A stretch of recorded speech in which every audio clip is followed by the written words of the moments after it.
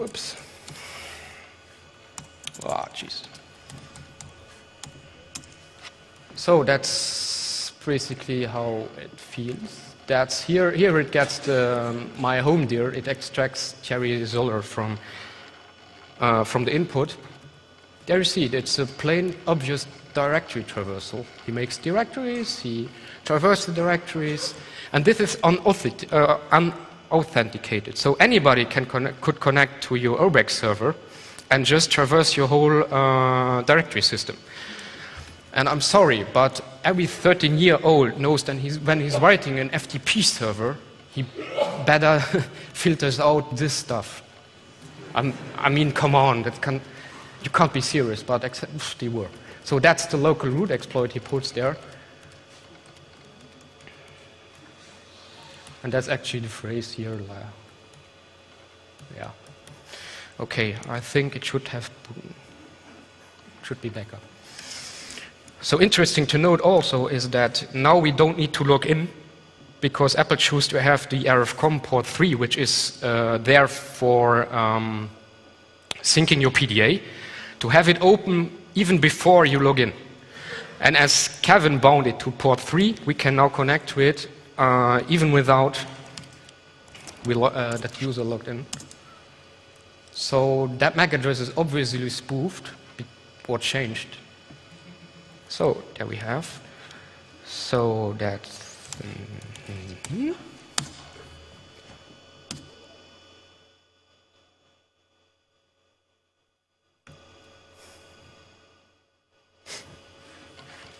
hello.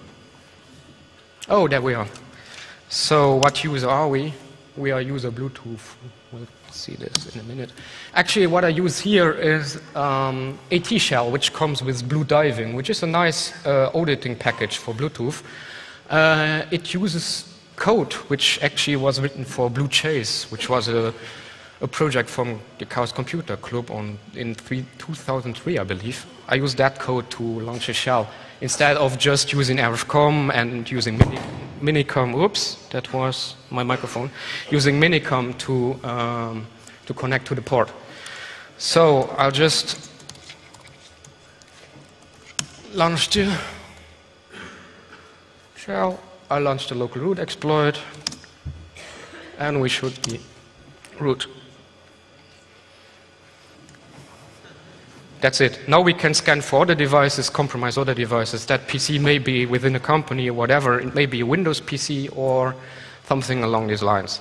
Important is, if you update your machine, it's patched.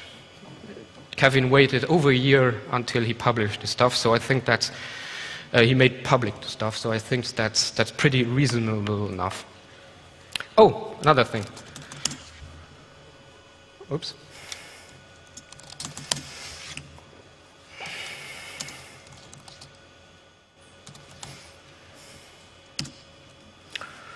Well, it's kind of slow, but it works.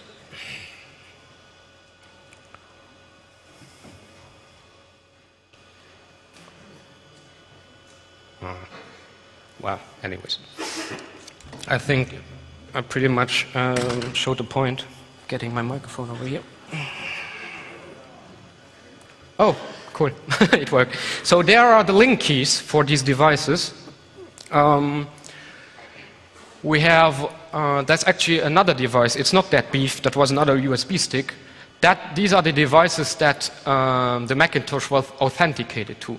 Now, if we copy these link keys towards our Linux box and drop it in, etc. Bluetooth keys, we can now connect to this device and pretend to be the Mac, and we will be authenticated towards this device. So we can actually use the services. That's about stealing the link key, which I will show afterwards.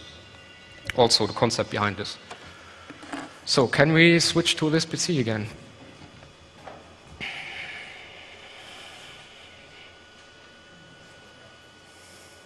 Okay, thanks. So what was funny was that I had this Mac running on 10.3.9. It was patched. It was patched against the local root exploit he used in his previous versions. So he just said, "Oh, wait, I'll just send you another one." And it's actually, yeah, that's important. Watch out for January, because he will make a month of the Apple bugs, and that will be like an O-day root a day. So that's scary.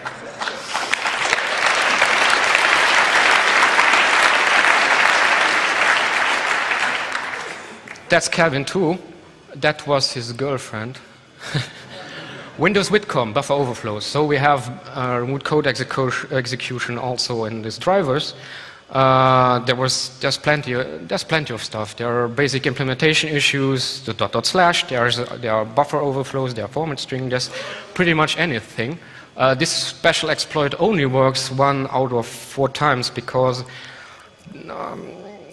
the shellcode is Unicode, that's not the problem, but actually the address is based upon the BD address, and that's somehow is mixed with other stuff, and that changes. So actually the exploit is successful just 1 out of 4 times, but when it works, it works.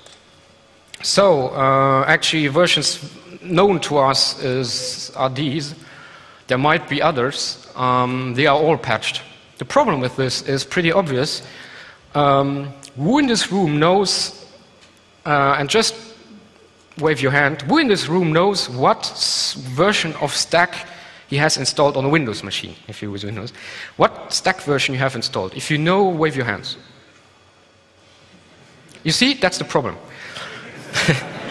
Because, and it isn't obvious for me too, I had to look like 5 minutes to find the version number, because it's in some registry key, and whatever, it won't update with Windows Update.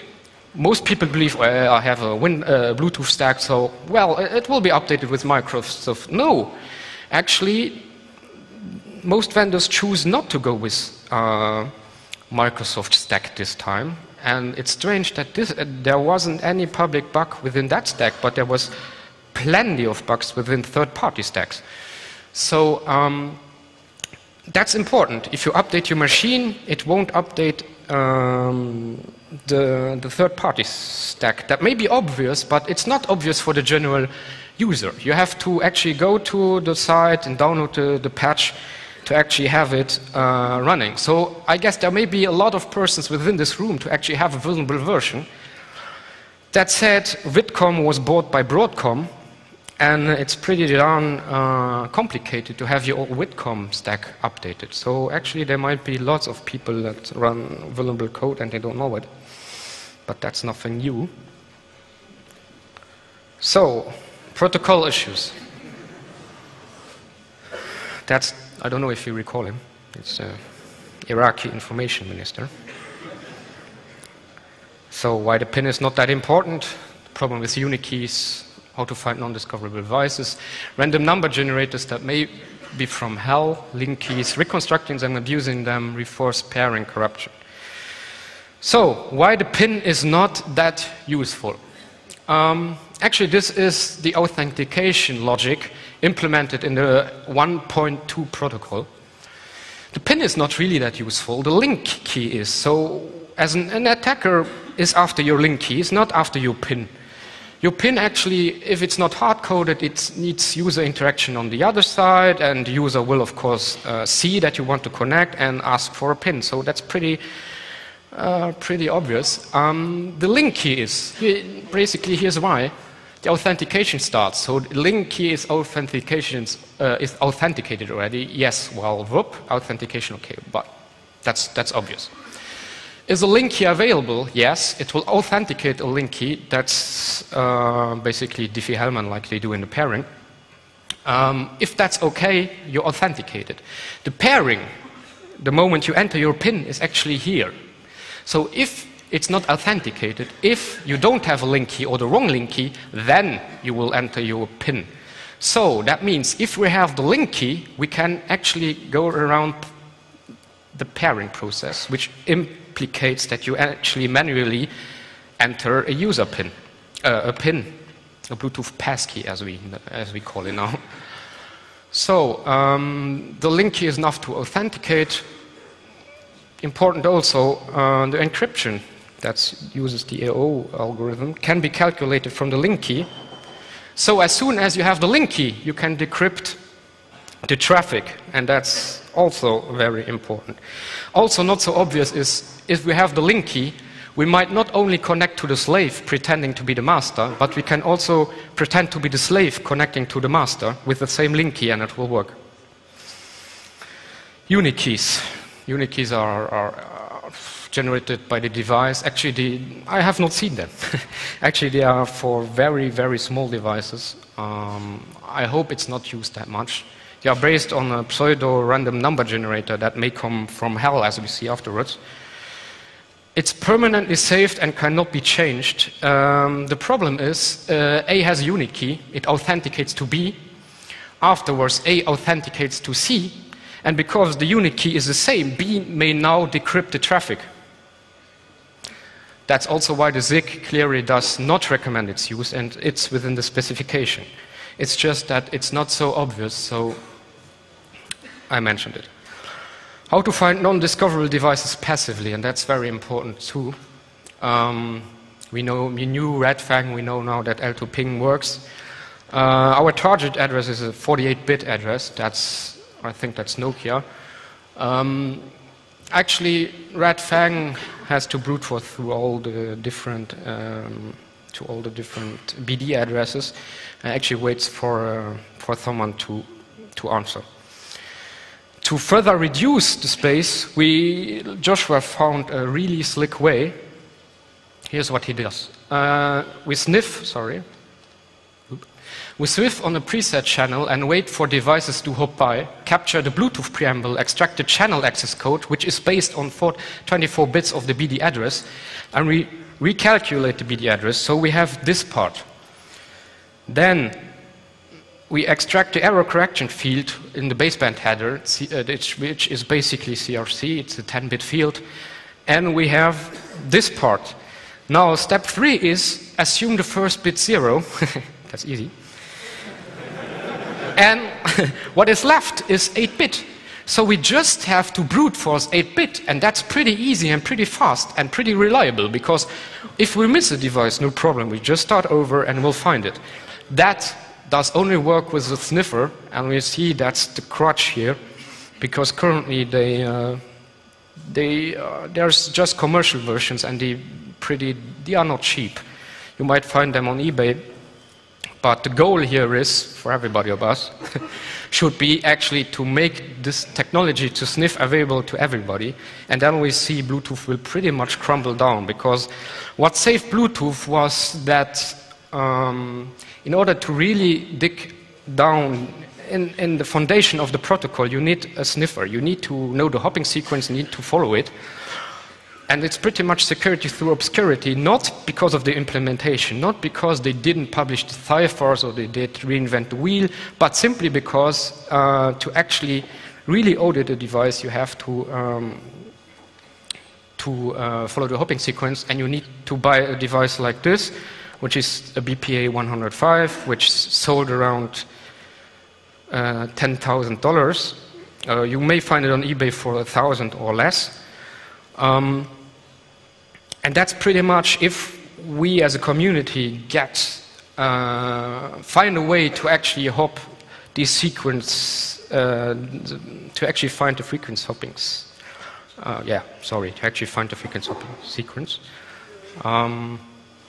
With a software implementation or similar that works out of the box, this thing will crumble down pretty fast, to my belief. So we brute force the 8 remaining bits. So the random number generators from hell. Specification is not very clear about what to achieve or how to achieve it. Actually, the specification is 1,200 pages, and the thing important about ciphers, as we all know it, is pretty much the quality of the pseudo-random number generator. Of course, you can enhance it by hashing and so forth, but you should pay attention to actually get random values. And the part specifying the random number generator is actually this big. And it starts with an introduction, it's like this, and it reads each device has a pseudo-number generator, pseudo-random number generators are used many purposes within the security functions, for instance, for the challenge response scheme, for generating authentication and encryption keys, etc. In other words, we read this, it's really, really important, so don't mess it up. And then it treats within the specification the requirement placed on the random number generators used are non-repeatable